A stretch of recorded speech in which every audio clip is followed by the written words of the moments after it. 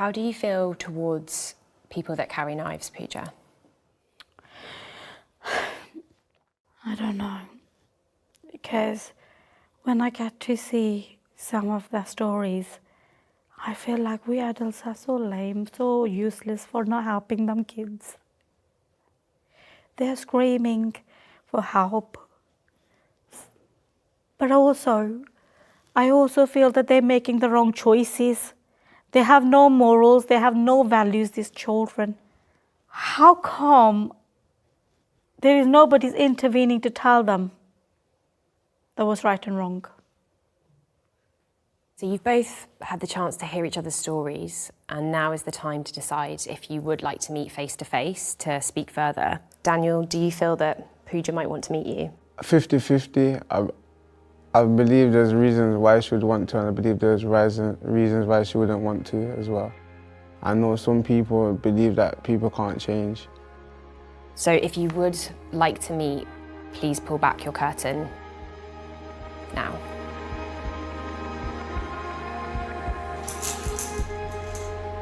Hi, Daniel.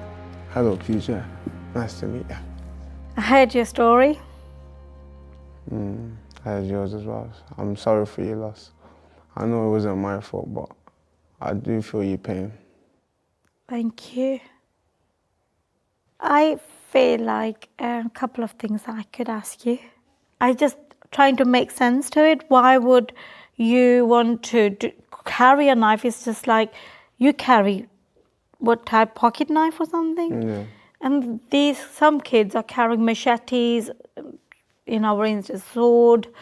How do you not feel like, I know you're saying that it's to protect yourself, but in order to protect yourself, are you willing to take somebody else's life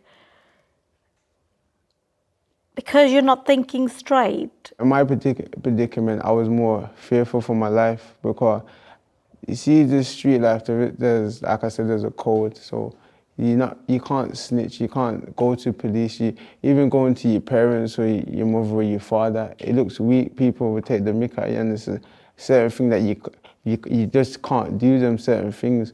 So mine was more for just, I wanted to feel protected, and I just wanted to feel like no, I can't get hurt again.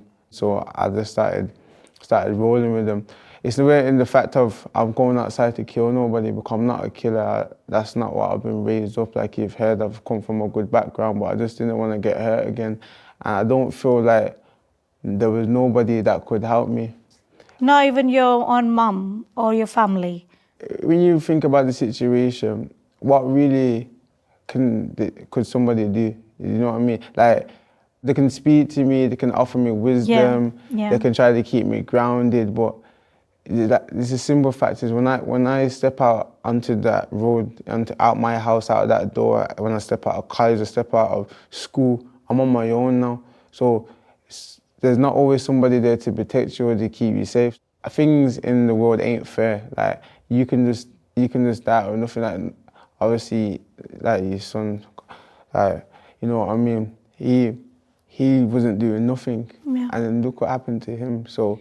That is what I'm saying. So I was a bit fearful towards that as well, like stuff like that happening to me. But if Ronan carrying a knife wouldn't have protected him? Because that happened from back. What would have protected Ronan, not the perpetrator carrying the knife?